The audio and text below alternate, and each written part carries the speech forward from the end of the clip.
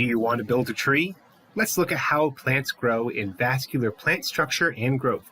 There are a lot of definitions here. Be able to define root, stem, leaf, node, internode, dermal tissue, ground tissue, meristem, that's both apical and lateral, vascular cambium, vessel elements, sieve tube elements, primary growth, and secondary growth. Be able to identify types of roots, stems, and leaves. Label parts of a root, a stem, and a leaf, compare xylem and phloem, and compare wood and bark. And that is, of course, compare primary and secondary growth. This is a plant.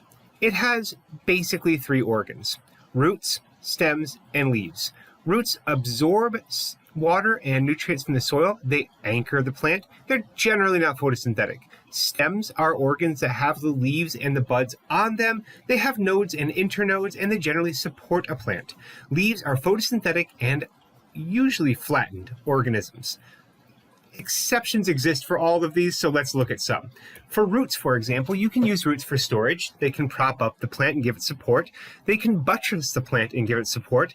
They can actually go on the outside of another plant, such as the strangling aerial roots of a fig. They can even move air. Remember, roots are underground, and when underground doesn't have much oxygen, the roots have to get oxygen. Well, why don't they just do photosynthesis? Because they're underground. So these pneumatophores are actually able to get air from above the water line and provide it to the lower parts of the root. Roots are cool. Stems don't only support the plant, they can actually help the plant spread out as well as up in the form of these stolons. They can serve as underground storage and give rise to next year's crop in the form of these lovely potatoes. And rhizomes are a method by which plants can asexually reproduce and spread underground. Think ginger as a rhizome. Leaves can take many forms as well.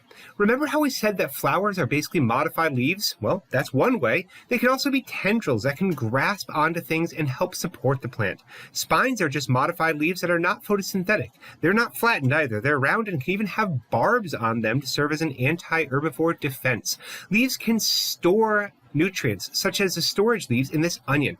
And some plants can even help the plant reproduce asexually by forming little buds on the side of the leaf that give rise to little plantlets, as seen on this kalanchoe.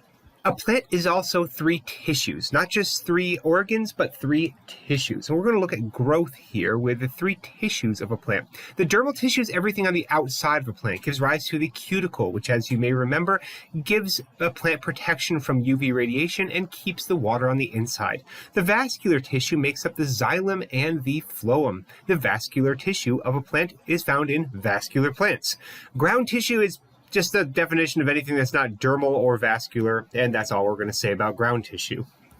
Vascular tissue, though, deserves a little more looking into, because that is what's going to give us wood, and that is what is going to give the plants water. Plants move water through the xylem. These cells are dead at maturity because that non-living tissue is easier for water to pass through. It's an apoplastic transport, as you'll learn later. There are two different types of xylem we'll look at today. First off are tracheids. They're long and they're tapered, and they transfer water laterally between them using something called pits. Due to them being long and tapered, it's actually rather hard for water to cavitate. Think of it this way. If you were sucking up water through a straw, what can happen is the vacuum or the pressure that you're sucking this with can actually cause a cavitation, which is when the water actually evaporates due to very low pressure and forms a bubble. This basically looks like air. And if that forms in a straw, you cannot suck up water through that straw anymore. One way to stop this cavitation is to have a more narrow straw. Yes, it's harder to pull up water, but it is also less likely to cavitate. So for plants such as gymnosperms that live in very dry environments, having tracheids is adaptive because it allows them to suck up that water in those dry environments and avoid cavitation. So it's the more interactions between the water and the side of the tracheid that are going to help that. However, if you're living in a moisture environment, you have plenty of water, and it can be helpful to just move a lot of it very fast, which helps increase the amount of water in the leaves and can increase photosynthetic rate. And that's where we find vessel elements.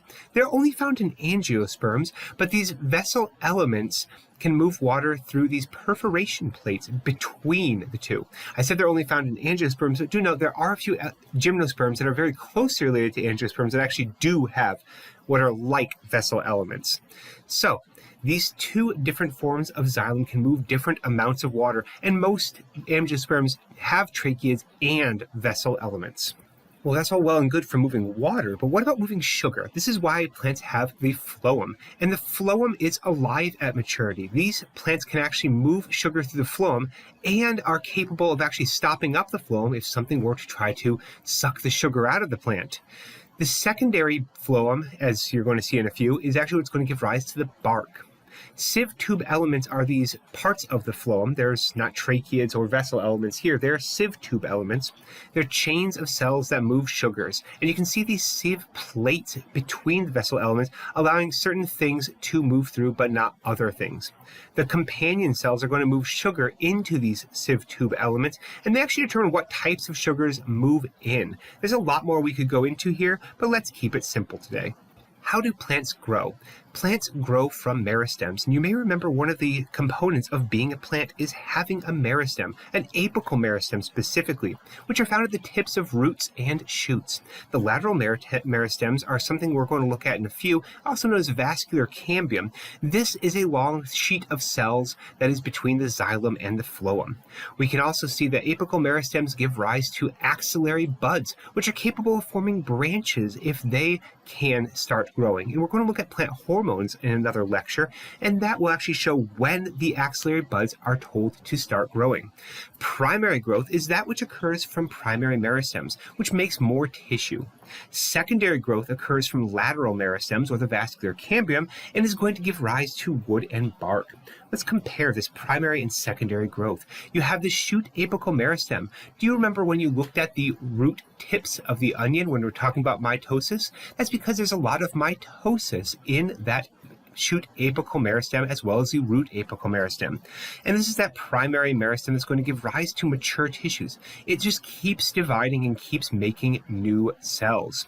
However, after making the new cells, some of those mature tissues are going to give rise to lateral meristems. And those lateral meristems are going to have this vascular cambium cell that can divide outward or inward. If it divides inward, it makes a xylem cell. If it divides outward, it makes a phloem cell. And that's going to give rise to more and more xylem and phloem, which is going to give rise to that, well, secondary growth. Remember that xylem at its maturity is dead and will give rise to wood. The phloem will get pushed out and will eventually become the bark after it has died. There is actually also cork cells in some of these plants, which are going to give rise to an even thicker bark, which is a wonderful adaptation for dry environments or even places with fire. Primary growth in roots, shoots, and leaves looks, well, like this. This is just a figure showing the primary growth and the tissues of the root, shoot, and leaf.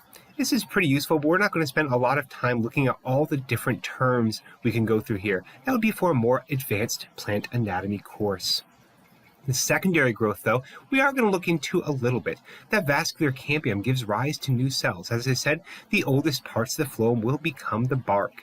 The cork cambium is going to give rise to something called the periderm, which is another type of the bark. And the old xylem on the interior is going to become the wood. You can see that primary growth nears completion, secondary growth begins, and then as you look down the plant, you have a thicker and thicker amount of secondary xylem. The pith is the absolute interior of the plant, and that can sometimes be very small. When you are chopping open a nice chunk of wood, you don't often see the pith because it has been so small when the plant was so thin, but it's kind of a little larger here to show you what it looks like. In class, we're going to look at how secondary growth gives rise to the patterns shown in wood.